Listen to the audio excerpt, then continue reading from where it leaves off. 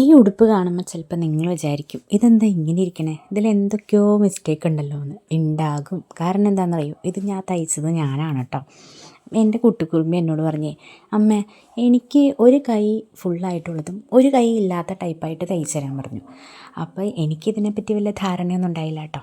ഞാൻ പിന്നെ യൂട്യൂബിൽ സെർച്ച് ചെയ്യാനോ ഒന്നും നിന്നില്ല. ഒരു ആവേശത്തിൻ്റെ പുറത്ത് ഞാൻ തുണികളൊക്കെ വെട്ടി സെറ്റാക്കി തയ്ച്ചു കേട്ടോ. തയ്ച്ച് കഴിഞ്ഞപ്പോൾ എന്തൊക്കെയോ ഒരു മിസ്റ്റേക്ക് പോലെ എനിക്ക് തോന്നി.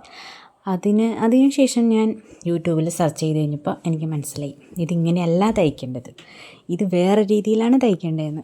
അപ്പോഴാണ് എനിക്ക് മനസ്സിലായത്. പിന്നെ തയ്ച്ചു പോയില്ലേ, കളയാൻ പറ്റില്ലല്ലോ. അപ്പോൾ ഈ തുണികളൊന്നും നമ്മൾ കാശ് കൊടുത്ത് വാങ്ങിച്ചല്ല കേട്ടോ. കാശ് കൊടുത്തെന്ന് പറഞ്ഞാൽ ഒരുപാട് കാശ് കൊടുത്ത് വാങ്ങിച്ചല്ല കേട്ടോ. നമ്മളെന്നോ ഏതോ ഒരു കൊല്ലം ഡ്രസ്സ് എടുക്കാൻ വേണ്ടിയിട്ട് പോയപ്പോൾ അവിടെ 20 രൂപയ്ക്ക് ഒരു കെട്ട് തുണി എന്ന് പറഞ്ഞായിരുന്നു, അവിടെ എഴുതി വെച്ചിട്ടുണ്ട്. അപ്പം നമ്മൾ അങ്ങനെ വാങ്ങിച്ച തുണി തയ്ച്ച് കഴിഞ്ഞപ്പോൾ എനിക്ക് തോന്നി ഇതിന് കുറച്ചും കൂടി ഒന്ന് ഭംഗി വരുത്താമെന്ന് തോന്നി. അങ്ങനെ ഞാൻ ലേസൊക്കെ മേടിച്ച് അതൊക്കെ പിടിപ്പിച്ച് കഴിഞ്ഞപ്പോൾ ഉടുപ്പ് കുറച്ചും കൂടി ഒരു ബെറ്ററായിട്ട് എനിക്ക് തോന്നി. അപ്പോൾ എൻ്റെ കുട്ടിക്കുറുമ്പിക്ക് അതൊക്കെ മുത്തൊക്കെ പിടിപ്പിച്ച് കഴിഞ്ഞപ്പോൾ അവൾക്ക് ഭയങ്കര ഇഷ്ടപ്പെട്ടു കേട്ടോ.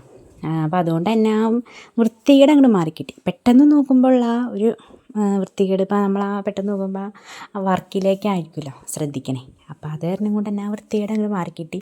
അപ്പോൾ എൻ്റെ കുട്ടിക്കുറുമ്പിയും നല്ല ഹാപ്പിയായി. അപ്പോൾ ഈ ഉടുപ്പ് കണ്ടിട്ട് നിങ്ങൾക്ക് എന്താ തോന്നണേന്നൊന്ന് കമൻറ്റ് ചെയ്യണം കേട്ടോ. അപ്പോൾ വീഡിയോ ഇഷ്ടപ്പെടുകയാണെങ്കിൽ ഒന്ന് ലൈക്ക് ചെയ്യണം കേട്ടോ.